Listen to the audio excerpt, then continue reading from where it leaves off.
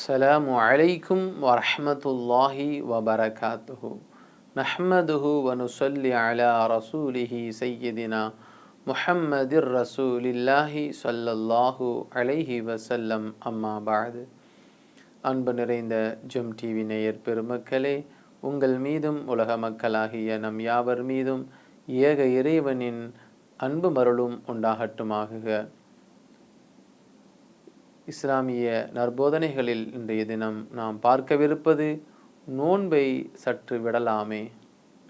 இன்றைக்கு நம்முடைய மக்கள் சில பேர் கொஞ்சம் அசதியாக இருக்குது, கொஞ்சம் உடம்பு சோர்வாக இருக்குது அப்படின்னு சொன்ன உடனே வீட்டில் உள்ளவங்க என்ன செய்வாங்க தெரியுமா? உடனே தண்ணியை குடிச்சிருங்களேன், உடனே ஜூஸை வாங்கி கொடுங்களேன் என்று ஜூஸோ அல்லது தண்ணீரை கொடுத்து நோன்பை விடச் செய்து விடுவார்கள். அல்லது கொஞ்சம் ஏதாவது ஒரு வகையில் கொஞ்சம் அடிபட்டுருச்சு, கொஞ்சம் டயர்டாக இருக்கிறான்னு சொன்னால் உடனே நோன்பை விட்டுருங்க.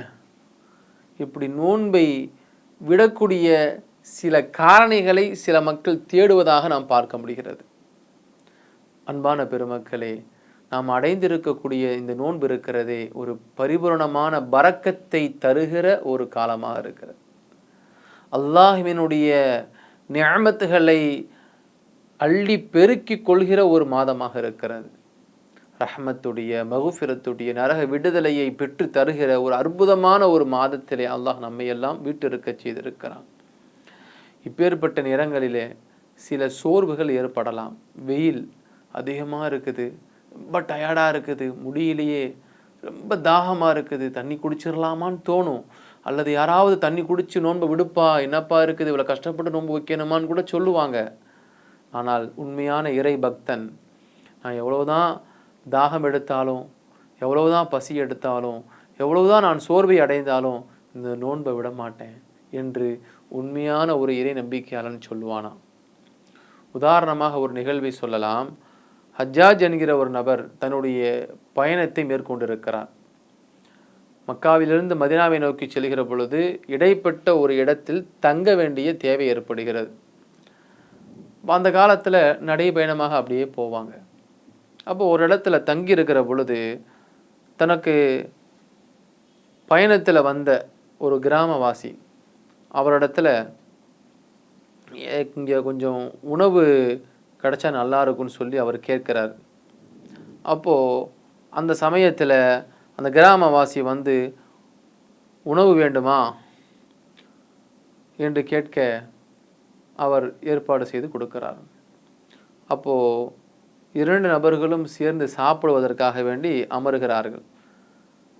அப்போது ஹஜ்ஜாஜ் அந்த கிராமவாசி இடத்துல கேட்குறாரு, வாங்க என்னோட சேர்ந்து நீங்களும் உணவு சாப்பிடலாமே என்று கேட்ட பொழுது அந்த கிராமவாசி சொல்வார், நான் ஏற்கனவே அல்லாஹினுடைய அழைப்பை ஏற்றுவிட்டேன்னு சொல்கிறார். அல்லாஹினுடைய அழைப்பை ஏற்று விட்டீர்களா? அப்படின்னா என்னங்க அப்படின்னு கேட்குறார். அப்போ அவர் சொல்வார், ஏற்கனவே அல்லாஹிற்காக வேண்டி நான் நோன்பு நோற்று விட்டேன், அல்லாஹுவை சாட்சியாக வைத்து நான் நியத்து செய்து விட்டேன். ஆகையினால அந்த அழைப்பிற்கு நான் பதில் கூற வேண்டும். ஆகையினால உங்களுடைய இந்த விருந்தோம்பல் அழைப்புக்கு என்னால் பதில் சொல்ல முடியாது. அதனால் நீங்கள் வேணால் சாப்பிடுங்க, நான் சாப்பிட முடியாதுன்னு சொல்கிறார். அப்போது அந்த ஹஜ்ஜாஜ் சொல்வார், வெயில் இந்த மாதிரி அடிச்சிட்டு இருக்குது, கடுமையான வெப்ப காலத்தில் நம்ம இருந்துகிட்ருக்குறோம், இந்த சமயத்தில் போய் நோன்பு வச்சுருக்கிறீங்க, உங்களுக்கு உடம்பு சோர்வாக ஆகாதா? உங்கள் உடம்புல பாதிப்பு ஏற்பட்டு விடாதா? பரவாயில்ல இருக்கட்டும், இன்றைக்கி நோன்பை விட்டுருங்க, நாளைக்கு நீங்கள் வைங்க, இன்றைக்கி என் கூட உட்காந்து சாப்பிடுங்க என்று ஹஜ்ஜாஜ் கூறுகிறார். அப்போ அந்த கிராமவாசி சொல்வார், எந்த இறைவனுக்காக வேண்டி நான் நேசித்து நோன்பு வைத்திருக்கிறேனோ அந்த இறைவனுக்கு நான் மாறு செய்தவனின் வரிசையிலே சேர்ந்து விடுவேன். எந்த இறைவனை சாட்சியாக வைத்து எந்த இறைவனுக்காக வேண்டி நான் பசித்திருக்கிறேனோ தாகித்திருக்கிறேனோ அந்த இறைவனின் அன்பை பெற வேண்டும் என்பதற்காக வேண்டித்தான் இந்த வெயில் காலத்தையும் நான் பொருட்படுத்தாமல் இறைவனின் பொருத்தத்திற்காக வேண்டியே நோன்பு நோட்டிருக்கிறேன். ஆகையினால நான் நோன்பு விட முடியாதுன்னு சொல்கிறார். ஹஜ்ஜாஜ் மறுபடியும் அழுத்தம் கொடுக்கிறார். பரவாயில்லைங்க, இன்னைக்கு ஏன் கூட ஒரு நாள் உட்காந்து சாப்பிடுங்களேன், நோன்பு விடலாமே என்று சொல்லுவார். அப்போது அந்த கிராமவாசி ஹஜ்ஜாஜ் என்பவரிடத்திலே சொல்லுவார்,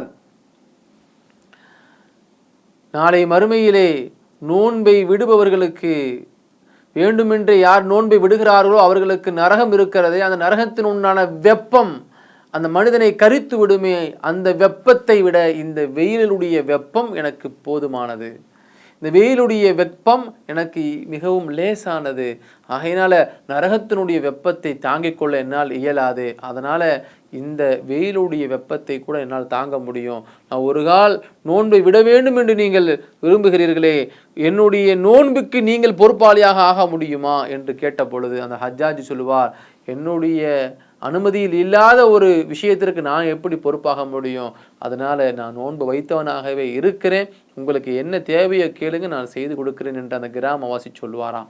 அருமையான பெருமக்களே, எத்தகைய ஒரு சூழ்நிலை ஏற்பட்டாலும் கூட நோன்பு வைத்து விட்டால் அந்த நோன்பை விடக்கூடாது என்கிற விஷயத்திலே சஹாபா பெருமக்கள் நமக்கு அழகான ஒரு வழிமுறையை காட்டி தந்திருக்கிறார்கள். அத்தகைய நோன்பாளிகளாக நாம் இருப்போம், அல்லாஹுவின் இறை அன்பை பெறுவோம். அல்லாஹ் அதற்கு உதவி செய்வானாக. அஸ்ஸலாமு அலைக்கும் வரஹ்மத்துல்லாஹி வபரகாத்துஹு. இன்ஷா அல்லாஹ் மீண்டும் நாளை சந்திப்போம்.